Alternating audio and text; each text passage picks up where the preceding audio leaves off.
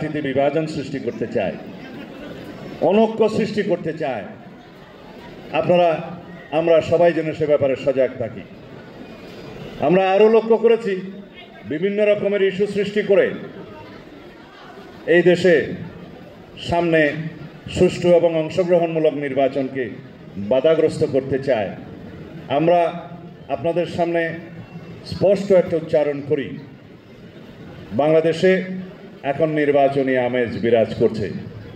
বাংলাদেশের মানুষ ভোটের প্রচারে নেমে গিয়েছে। সকল প্রার্থী যারা ইলেকশন করবেন বলে আশা করছেন সবাই গণসংযোগে নেমে গিয়েছে। এখন যারাই নির্বাচনকে বাধাগ্রস্ত করার চেষ্টা করবে, যারা বিভিন্ন ইস্যু সৃষ্টি করার মধ্য দিয়ে নির্বাচনকে বিলম্বিত করার চেষ্টা করবে, তাদেরকে দেশের জনগণ চিহ্নিত করবে। আমরা লড়াই সংগ্রাম করেছি বিগত 16 বছরে আমাদের গণতান্ত্রিক অধিকার, ভোটের অধিকার ফিরিয়ে আনার জন্য, ভোটের অধিকার প্রয়োগ করার জন্য। যেই নির্বাচনের দিন তারিখ ঘোষণা এখনো হয়নি, যেই নির্বাচনের একটি সময়সীমা ঘোষণা হয়েছে, তারপর থেকে আমরা লক্ষ্য করলাম এই নির্বাচন যাতে বিলম্বিত হয় সেই প্রচেষ্টা চালু আছে কোনো কোনো মহল থেকে। এই নির্বাচন যাতে বাধাগ্রস্ত হয় সেই প্রচেষ্টাও চালু আছে কোনো কোনো মহল থেকে।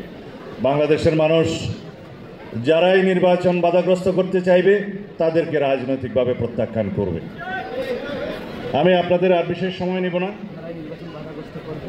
সবাইকে আবারও শারদীয় শুভেচ্ছা জানাই এবং আমাদের দলের পক্ষ থেকে আমাদের দলের সকল নেতাকর্মীকে আহ্বান জানাই, যতদিন পর্যন্ত এই দুর্গোৎসব পরিচালিত হবে বা দুর্গোৎসব অনুষ্ঠিত হবে সারা বাংলাদেশে, আমাদের সকল নেতাকর্মী এই অনুষ্ঠানকে পাহারা দিবে, নিরাপত্তা দিবে। বাংলাদেশের সাম্প্রদায়িক সম্প্রীতি বিনষ্টের জন্য বিভিন্ন রকমের ষড়যন্ত্র তৎপরতা চালু আছে।